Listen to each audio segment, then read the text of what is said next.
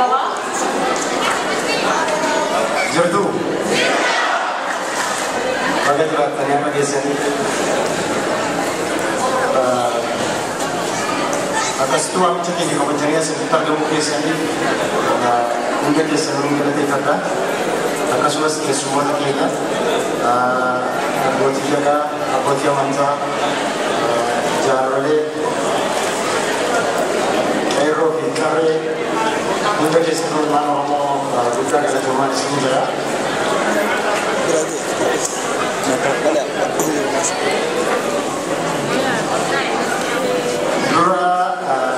Siwali nga sa udra, zara ka na buwan ka na magdunga.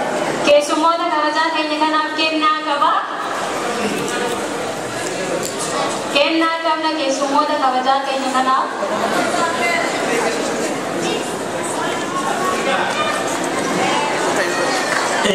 Oromon ada kaba, Oromon ufagabna, Oromon nama umisa, Oromon faya, Oromon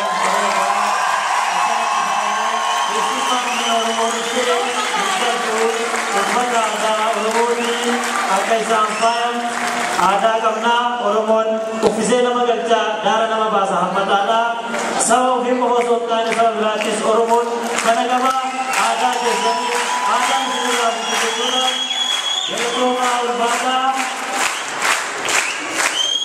ufani ada desa ana apa this is our symbol and this is how Oromo people this cloth is very respectful. It's not just given for every ordinary people. It's for all these special guests like you guys. We love you so much. Feel at home.